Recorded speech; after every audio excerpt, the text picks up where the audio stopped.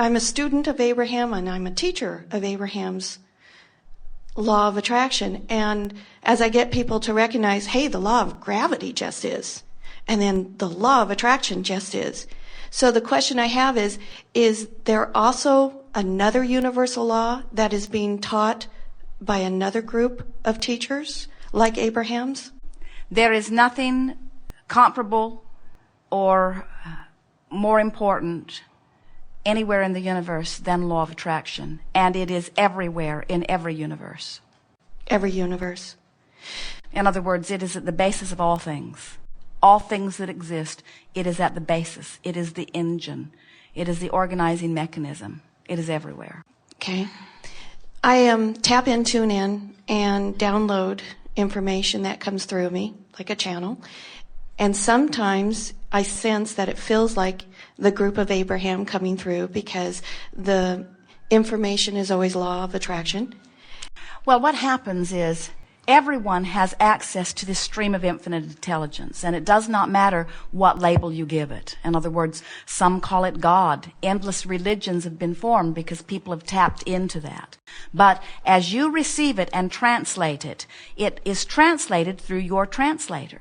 Now, as you've been listening to Esther's translation of Abraham for a number of years, it is logical that as you become familiar with her matching of words with energy, that you now would find that same matching the easiest matching. In other words, that's just logical.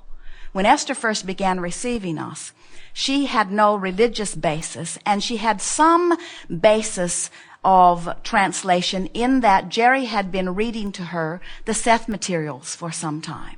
So Jerry had been reading and trying to decipher Seth, and Esther had been listening. She was sort of on the peripheral of it. But Esther could feel a sort of intuitive recognition of much that she was hearing, even though there was not a conscious understanding of it.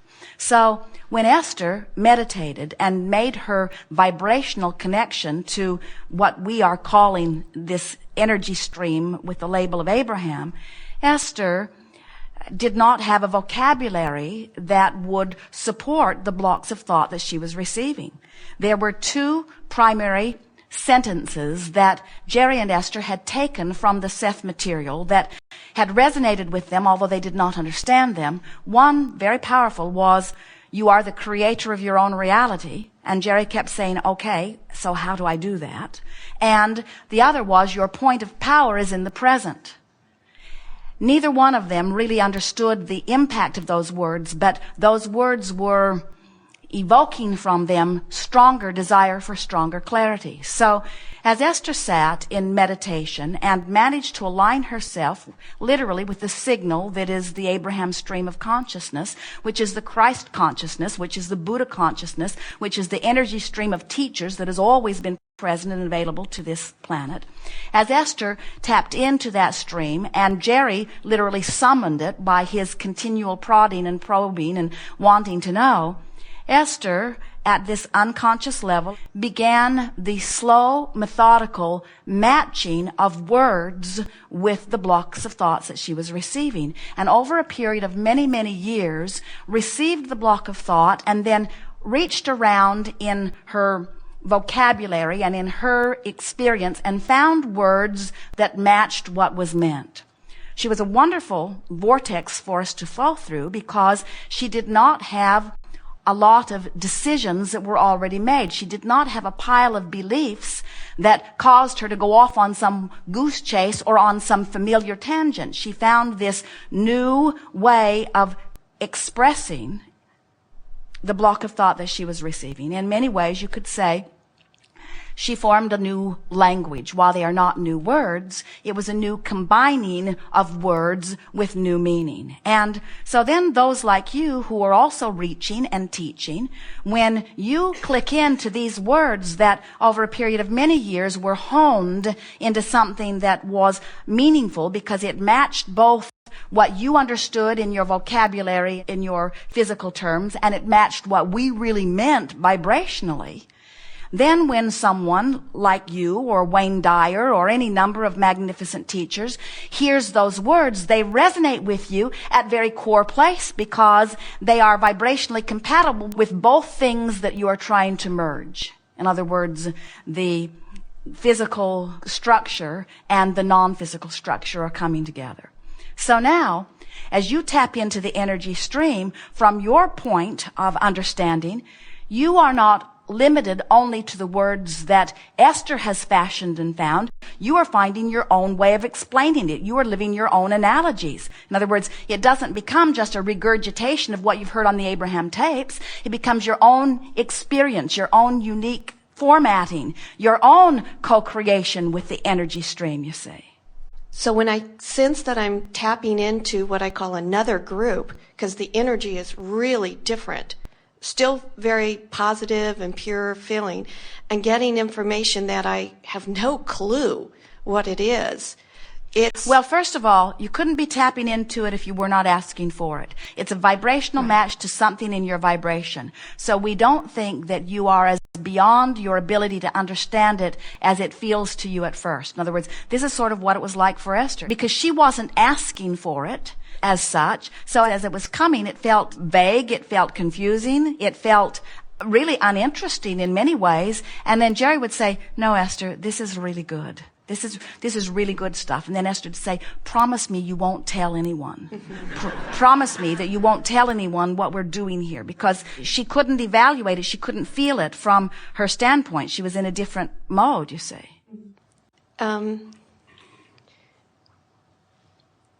I think I'm complete because it went out of my head.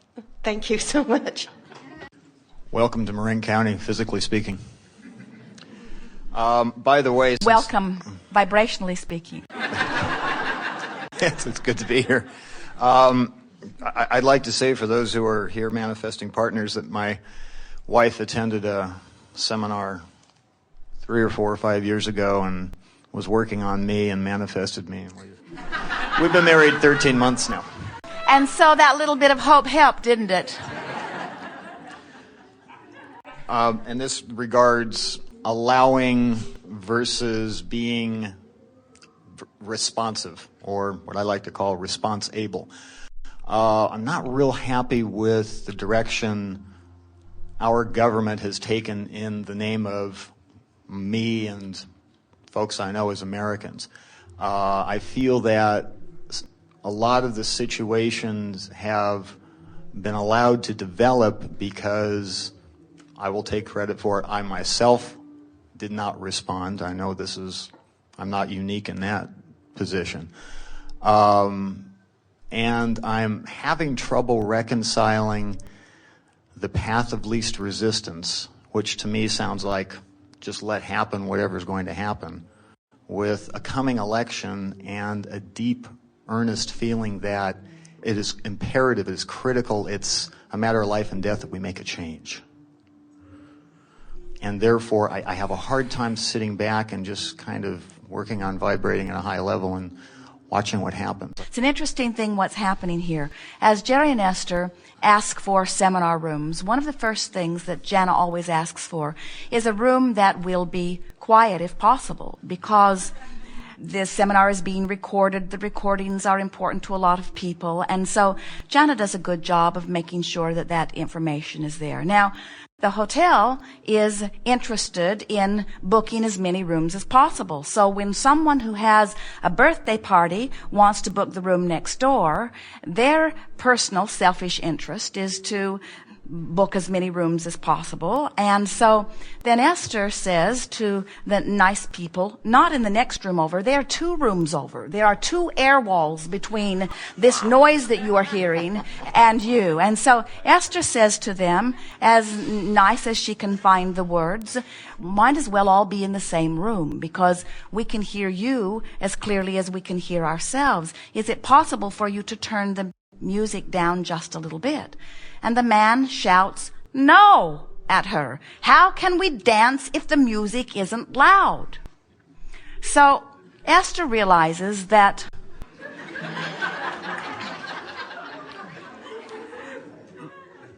they're not going to see eye to eye on this. In other words, They each have their intentions, and they're all sharing a similar space. The poor manager, Esther looked into the manager's eyes, and he looked like he just wanted to drop into a hole in the floor.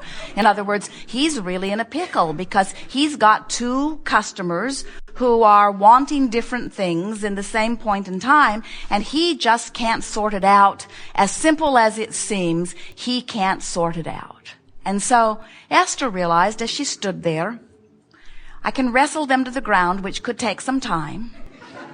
I could follow them home and convince them in the error of their ways. I can get a whole bunch of political clout and legislate against them and prevent them from ever walking into this hotel again. I can petition the management and make it important to them that they honor the contract that they've given us, but then there is the contract that they've given them, so don't know where to go with this. Or I can find a way to come into vibrational alignment regardless of the condition. And we got to tell you, if you can't reconcile something as simple as two meetings on opposite sides of an air wall, how do you ever expect to get people to agree on world events that have roots that are so deep? It's not going to happen. And if your or Esther's happiness for one moment depends upon being able to convince somebody else of the error of their ways, in other words, don't we all agree how wrong they are? And you know, there are about 150 more of us in here than there are in there. There are 5 people in that room. In other words, surely in a democratic community, we should be able to get our way. And we say, in a vibrational universe, the sooner you come around to saying my happiness, my personal happiness, does not depend upon my changing any circumstances, then you take the emotional journey, and then you are a power to reckon with. Then the universe lines up for you things that are a vibrational match for you. So is the answer then to get to a vibration of happiness Anyway, and then take action? well, certainly, if you get into a vibration of feeling good, then any inspired action is appropriate action. But here's the thing we want to help you with so that you don't feel so powerless. So, as you have an experience like this, or like the one you are having in the political arena, where you see things happening that are very unsettling to you, we want to remind you that in the midst of all of that, clear rockets of desire are flowing forth from you. In other words, Jerry and Esther used to have this situation a lot. And then they lined up their energy, and it became something that is very rare. So rare, in fact, it's hard to remember the last time that this was even an issue. And so maybe that contentment comes from not having reason to focus, but always a situation that gives you reason to focus serves you, because now you've launched rockets of desire. And so now the potential for clarity is out there, and the potential for an improved experience is out there. It's just a matter of coming into alignment with the rocket of desire that you have launched, you see. And so the way it works in this example or in the political arena is you watch what's happening and you have your personal take on it, and you feel your personal discord, and your personal ideas about what you think would be better are launched before you. But now you can be of no value to your planet or to your humanity or to yourself until you find a way of aligning with your own idea of what would be better. And pushing against the status quo does not align you with what would be better. And we have to say to you that it's a rare one of you today that has the ability to let something happen and then focus upon what you are really wanting to happen rather than beating the drum of the injustice. In other words, it will be hard for Esther not to talk to the management about this. And we imagine that Marie is already negotiating for a lower price on this room. In other words, there are all kinds of things that you feel that you need to do in order to make your point about different things. Have your experience, take your hit, accept it as your point of attraction up to now.